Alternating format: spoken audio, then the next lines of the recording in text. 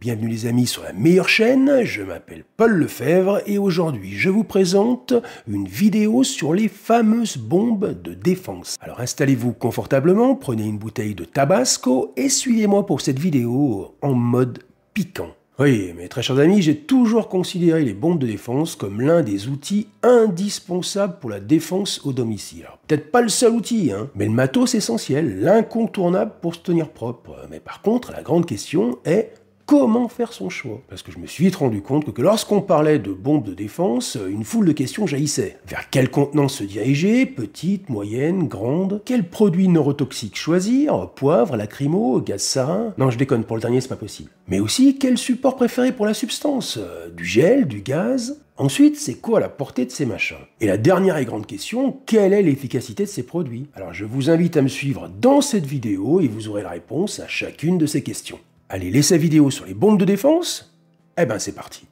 Donc voilà, pour réaliser cet essai, j'ai sélectionné les deux types de substances disponibles sur le marché, la lacrymo et le poivre. Ces deux substances seront testées sous deux formats différents, le format 100 ml et le format 25 ml. Pour le gaz CS, ou plus communément appelé gaz orthochloro-benza-maloro-nitrile, comme tout le monde sait, est un gaz lacrymogène et il est justement conditionné sous forme de gaz aussi bien pour le format 100 ml que pour le format 25 ml. Alors que la substance au poivre, elle, est conditionnée sous forme de gel. Et vous allez me dire, mais quelle est la différence entre le gel et le gaz? Eh ben, le gaz pourra facilement atteindre un individu même s'il est dissimulé dans un angle d'un couloir, parce que le gaz, par définition, va saturer un volume d'air. S'il y a une personne qui est planquée et que vous lui envoyez du gaz, mais pas en plein dessus, ça restera quand même efficace malgré tout. Par contre, l'inconvénient, c'est que ça va être sensible au vent et au courant d'air, ce qui fait que pour l'extérieur, ça va peut-être pas forcément être la meilleure idée. Et le gel, lui, par contre, va être beaucoup plus directionnel. Il sera plus efficace que le gaz si vous le dirigez carrément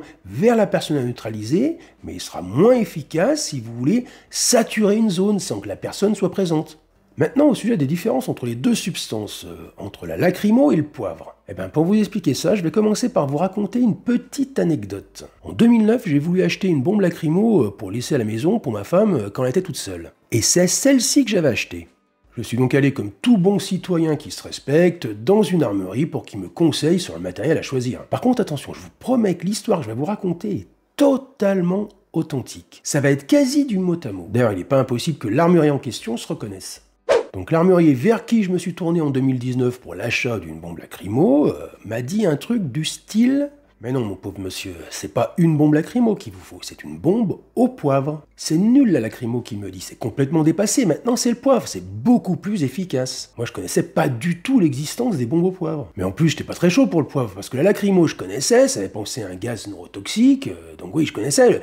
Et puis le nom, ça a de la gueule, quoi. Par contre, pour le poivre, j'avais l'impression que j'allais pulvériser du poivre Ducrot, quoi. Ouais, au niveau du nom, le poivre m'inspirait pas du tout. Et l'armurier insistait en me disant « Si, il n'y a rien de plus efficace que le poivre. » Maintenant, vous me connaissez, vous connaissez mon côté cartésien et pragmatique, j'ai dit « Ok, mais pourquoi c'est plus efficace? Quels sont vos arguments ?» Alors attention, comme je vous l'ai déjà dit, cette histoire est totalement authentique. Je vais me contenter de vous répéter ce que l'armurier m'a dit comme argument pour me vendre cette bombe au poivre. Alors on est d'accord, je cite, l'armurier m'a dit « c'est plus efficace contre les PD et les drogués ». Là, je me suis dit, soit c'est la chose la plus idiote que j'ai entendue de toute ma vie, soit je suis en présence d'un produit d'une telle sophistication qu'il aurait la capacité d'agir en fonction de l'orientation sexuelle de la personne sur laquelle il est dirigé. Bon, à la limite, au niveau des drogués, bon, ça peut être compréhensible, ils sont boostés artificiellement par leurs produits. Ça peut se comprendre qu'ils puissent mieux résister au gaz lacrymogène avec ça. Ok, pourquoi pas. Mais pour les mecs qui sont homosexuels, en quel honneur ils résisteraient mieux que les hétéros au gaz lacrymo? Sous prétexte qu'ils se lèchent l'oignon, ils résisteraient mieux? Non, et là je me suis dit, c'est du grand n'importe quoi. Mais oui, l'armurier m'a vraiment dit ça, et je pense que c'était pas un loupé. Moi je suis convaincu que c'était plus un slogan qu'autre chose. Ok, pas le genre de slogan qui va afficher sur la vitrine en indiquant « Le nouveau gaz contre les PD est arrivé, débarrassez-vous des PD en une seule pulvérisation ». Non, et moi j'ai eu franchement l'impression que c'était un argumentaire bien rodé, que j'étais pas le premier à qui il le sortait. Par contre, avouez que celle-ci, elle vaut vraiment le coup, ça valait le coup que je vous la raconte, non? Et tout est strictement authentique. Moi, je l'ai trouvé terrible, cette histoire. Après, ça pourrait être pratique dans certains cas. La nana qui a un doute sur son mec, s'il est à voile ou à vapeur, paf, elle lui balance une petite giclette dans le pif, et si le gars a autant de réactions que si c'était un brumisateur, Bingo, il est pédé. Sinon, revenons à la différence réelle entre le poivre et la lacrymo. C'est quoi la vraie différence entre les deux substances? Comme d'habitude, j'ai essayé de faire un maximum de recherches pour voir les différences qu'il pourrait y avoir. Alors voici ce que j'ai trouvé. Apparemment, le poivre serait plus efficace que la lacrymo sur les animaux. En tout cas, c'est ce qui est dit. Après, lorsque j'ai fait les tests que vous allez voir juste après, j'ai gazé accidentellement mes chats. Ils étaient sur la terrasse en surplomb, au moins à 15-20 mètres, et moi j'avais pas du tout le jet dirigé dans leur direction. Pourtant, pendant 15 minutes, ils ont toussé comme des fumeurs en fin de carrière. Je vous dis pas comment je me suis fait remonter les bretelles par ma femme. Et moi, pour essayer d'arranger un petit peu mes conneries, je voulais leur faire une trachéotomie. Ma femme s'y opposait totalement. Enfin bon, les chats étaient presque à 20 mètres, en plus en surplomb, le jet était même pas dirigé sur eux, et juste un petit peu de vent qui portait quelques particules, et quand on voit la violence de la lacrymo, dire qu'elle est pas efficace sur les animaux, j'ai un petit doute quand même. Mais j'irai quand même pas tester sur les animaux, c'est vraiment dégueulasse, ils ont pas choisi. Peut-être que c'est moins efficace que le poivre sur les animaux, mais pas efficace du tout. J'y crois pas trop. Si, il y a aussi un autre avantage avec le poivre, c'est sur les personnes qui auraient pris des produits illicites. A priori, dans ce cas-là, le poivre, il serait plus efficace. Mais sorti de ça, poivre ou lacrymo, je dirais qu'il n'y a pas trop de différence. Les effets sont assez proches. Sensation de brûlure, perte de la vision, tout, difficulté à respirer. Bon, sinon, on va tester tout ça en vidéo pour voir la portée de chacune de ces bombes de défense, mais avant ça, je voulais vous informer que vous retrouverez toutes ces bombes de défense chez Maxiprotec. Et oui, parce que chez Maxiprotec, on trouve beaucoup de matos de défense, donc comment faire abstraction des bombes de défense. C'est pourquoi vous y trouverez toutes ces bombes et bien plus encore. Car vous trouverez chez Maxiprotec tous les lanceurs de défense, c'est un excellent matériel pour associer à une bombe au gaz. Vous frappez la viande pour l'attendrir avec un T4E et vous finissez par un petit assaisonnement au poivre, c'est une perfection. Alors n'hésitez pas à passer par mes liens qui sont dans un commentaire épinglé juste en dessous de cette vidéo, vous tomberez directement sur le matériel présenté dans cette vidéo. Après, allez voir aussi tous les autres produits que Maxiprotec propose sur leur site. Et n'oubliez pas les codes promo. Bon allez, maintenant partons pour le test pratique de ces bombes au gaz. Comme ça, on pourra voir la différence sur la propulsion des substances, la quantité de produits propulsés, mais aussi les distances que peuvent atteindre ces bombes. Coupez. Attendez, je voulais apporter une petite précision sur la vidéo que vous allez voir. Sur le plan qui va suivre, il semble que je fasse 1,50 m de haut pour plus de 100 kg. Ah, c'est terrible. Quand je me suis dit, non, c'est pas possible. En fait, sachant que j'allais utiliser ces bombes de défense, j'ai pris des habits tout pourris. J'ai un t-shirt trop grand, un short trop grand, je me suis filmé en plongée en plus. On dirait que je suis un nain champion de dévorage de pizza. Alors, c'est un effet d'optique, je fais 1,77 m pour seulement 80 kg. Je ne suis pas l'immonde nabo que je semble être dans cette vidéo. Enfin bon bref, le gros Hobbit que vous voyez à l'écran est positionné à 5 mètres du carton. Et le nabo a en main la bombe au gaz CS, celle de 25 ml.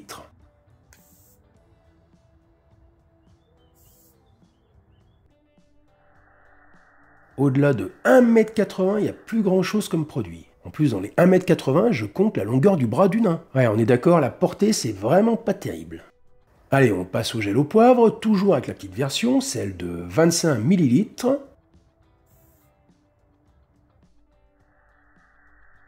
Ici, on a une grosse quantité de substance qui atteint une distance autour de 2,10 m. Ouais, il y a beaucoup plus de produits et de pression qu'avec le gaz CS. Maintenant, on teste les grands modèles de 100 ml. On commence par le gaz CS.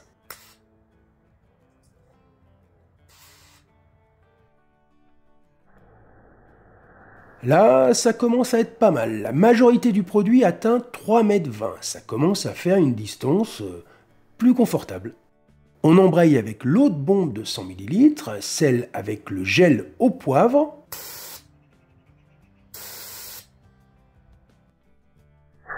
Bon, rien à voir. Avec le gel au poivre, la majeure partie du produit a dépassé les 5 mètres. Même si le comportement est bien différent car le produit vole plus longtemps, comme s'il était moins lourd, on sent bien une grosse puissance avec un débit largement plus important. Ouais, celle-ci elle en vaut. Allez, on refait l'expérience vue de 3/4 arrière, mais cette fois-ci à seulement 4 mètres. On reprend la petite bombe de 25 ml au gaz CS.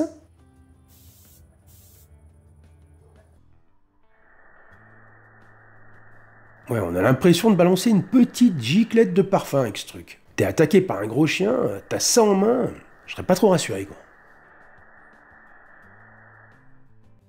Allez, on passe avec la 25 ml au gel au poivre. Oui, ça a clairement rien à voir. D'ici, on voit clairement qu'il y a même une bonne partie du produit qui atteint le carton à 4 mètres. Ça fait carrément plus sérieux. On passe maintenant aux grosses bombes de 100 ml. Ici, c'est celle au gaz CS. Il y a beaucoup de produits qui partent, mais comme je le disais tout à l'heure, ils semblent plus lourds et ils tombent rapidement au sol. On voit bien que la majeure partie de la substance est tombée au pied de la chaise. Et du coup, c'est allé moins loin que la petite bombe de 25 ml au gel au poivre. Et on finit avec la grosse bombe de 100 ml au gel au poivre.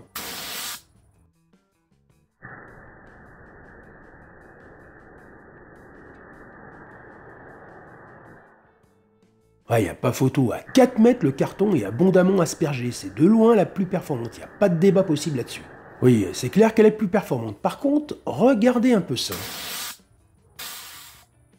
Et oui, en fait, j'ai totalement vidé la bombe de 100 ml au gel au poivre. Bien entendu, toutes les fois que je l'ai utilisée, je vous l'ai montré en vidéo. Ce qui signifie que j'ai totalement vidé la bombe de 100 ml en appuyant seulement sur la gâchette pendant une durée de 2 secondes. Oui, le jet est très puissant, oui, elle a la meilleure portée, mais 2 secondes pour la vider, faut pas se louper. Tu m'étonnes qu'elle envoyait beaucoup plus de produits que les autres. Elle vide 100 ml de gel au poivre en 2 secondes. C'est clair qu'elle en balance un paquet.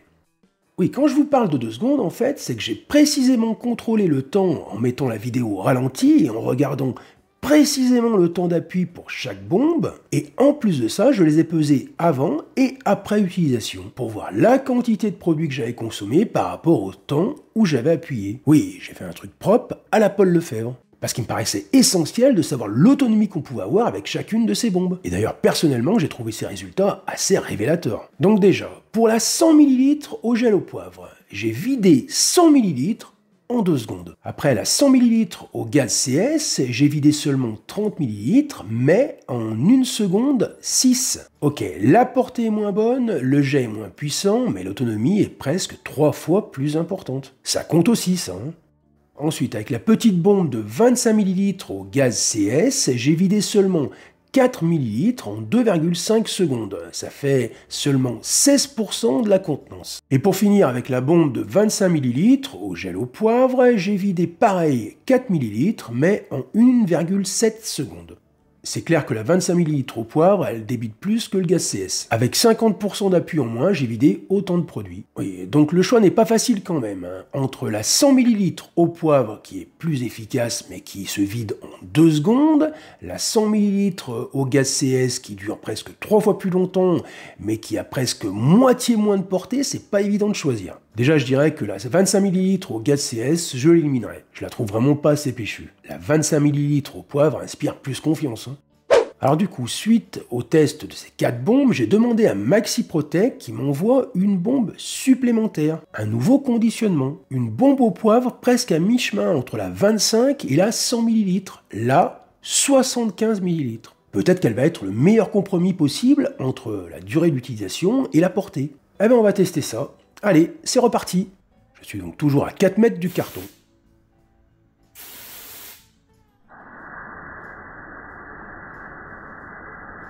Ouais, bah c'est pas mal du tout. On balance une grosse quantité de produit, le carton qui est à 4 mètres est atteint par la majorité du produit qui est envoyé. Ça arrose bien, un gel large, une bonne pression, c'est nickel de ce côté-là.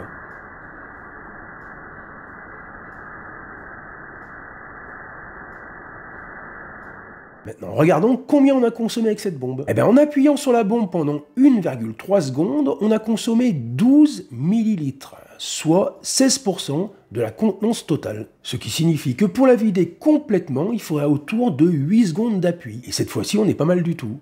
Mais si on veut mettre en lumière le résultat de tous ces tests afin que ce soit plus parlant, afin de bien quantifier les différences de ces bombes au gaz et faire le bilan de leur performance concrète, voici ce qu'on va faire. Regardons déjà pour les bombes au poivre. La petite bombe de 25 ml au poivre propulse 2,35 ml de produit par seconde. Et ceci pendant une durée de presque 11 secondes pour la vider totalement. La grosse bombe de 100 ml au poivre, elle propulse carrément 50 ml de produit par seconde. Par contre, seulement pendant 2 secondes maxi, et là, c'est très très court. Maintenant, regardons ce que ça donnait avec les bombes au gaz CS. La petite bombe de 25 ml au gaz CS propulse 1,6 ml de produit par seconde pendant une durée de presque 16 secondes. Après, la grosse bombe de 100 ml au gaz CS propulse, elle, 18,75 ml de produit par seconde, mais pendant une durée de un peu plus de 5 secondes. Et maintenant, si on compare tout ça à la bombe intermédiaire que j'ai testée en dernier, la 75 ml au poivre, on obtient une quantité de produit propulsé de 2,2 ml par seconde pendant une durée de plus de 8 secondes. Alors maintenant qu'on a tous ces chiffres, qu'est-ce qu'on peut en conclure? Ok, on a dit qu'on éliminait directement la 25 ml au gaz CS par rapport à sa portée ridicule. Mais de toute façon, en plus, c'est la pire au niveau de la quantité de produits propulsés. Donc ok, on la vire, aucun intérêt. Même pas la taille, puisque celle de 25 ml au poivre fait la même dimension. Alors, si on veut quelque chose de vraiment très petit, autant partir directement celle au poivre. Ensuite, la 100 ml au poivre est très intéressante par rapport à la quantité de produits propulsés, mais aussi par rapport à sa grande portée, plus de 5 mètres facilement. Oui, celle-ci est très intéressante. Par contre, il ne faut pas la mettre entre toutes les mains. Il faut impérativement qu'elle soit utilisée par une personne posée, qui a la tête froide, qui sait ce qu'elle fait. Elle est très efficace, mais 2 secondes, ça passe très vite. Il faut bien viser, il ne s'agit pas d'arroser n'importe où sans réfléchir. Donc c'est une excellente bombe de défense, mais pas très polyvalente, à utiliser par une personne sereine, car il faut bien viser et tirer seulement quand il faut. Ensuite, la 100 ml en CS, la quantité de produit propulsé vient en deuxième position, mais la portée est l'une des plus mauvaises. Le gaz reste à la bonne hauteur sur une distance de 2,50 m au max. Après, il s'écrase lamentablement au sol. Il me semble que la portée est un petit peu trop courte. J'aurais tendance à pas trop la conseiller, 2,50 m c'est quand même faiblard. Et puis vient la 25 ml au poivre, la quantité de produit propulsé n'est pas dégueulasse et la portée n'est pas si mal aussi pour la taille. Il y a la majeure partie du produit qui est propulsé à plus de 3 mètres. Il y a même une certaine quantité du produit qui arrive sur le carton à 4 mètres. C'est pas le gros arrosage, mais ça reste intéressant quand même. Mais bien entendu, pour moi, la plus polyvalente et sans aucune hésitation, la 75 ml au poivre. Elle a tout pour elle. Déjà, la substance, c'est du poivre, donc a priori, c'est plus efficace que le gaz CS. En plus, il n'y a pas photo, le poivre reste plus longtemps en l'air. Ça tombe pas au sol comme le gaz CS. Et pour finir, la 75 ml au poivre a une bonne portée à 4 mètres. Elle asperge le carton carrément, quoi. Elle a une quantité de produit propulsé par seconde 4 fois plus importante que la 25 ml au poivre, et l'autonomie de 8 secondes est très confortable. Et puis malgré une contenance de 75 ml, elle reste quand même petite et maniable. Non, et pour moi, c'est la bombe qui ressort du lot par rapport aux autres. Par contre, une petite chose importante à savoir. Cette bombe dispose d'une lamelle de sécurité, une lamelle qui vous empêche de l'utiliser si vous ne l'avez pas retirée avant.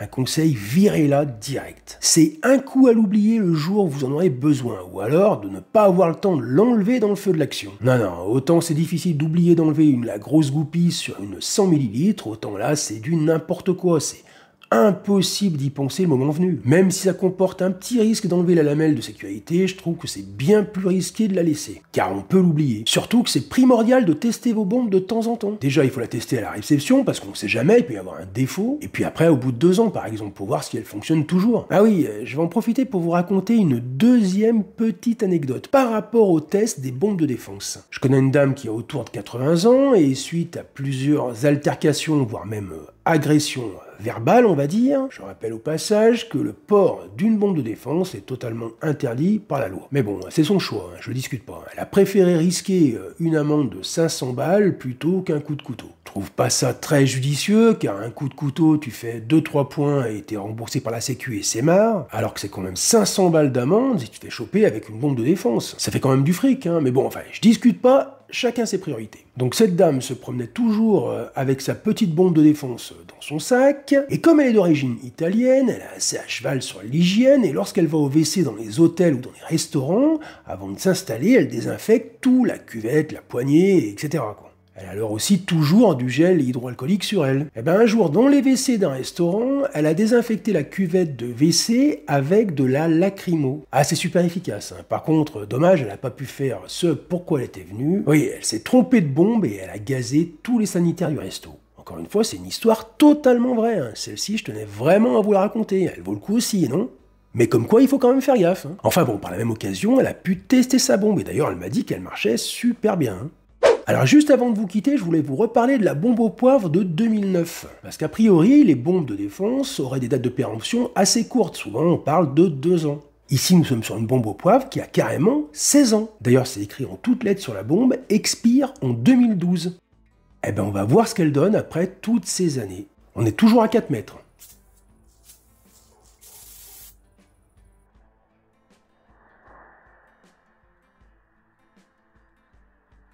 Eh ben, le gaz de propulsion, déjà, il n'y a aucun problème. Hein. Super puissance.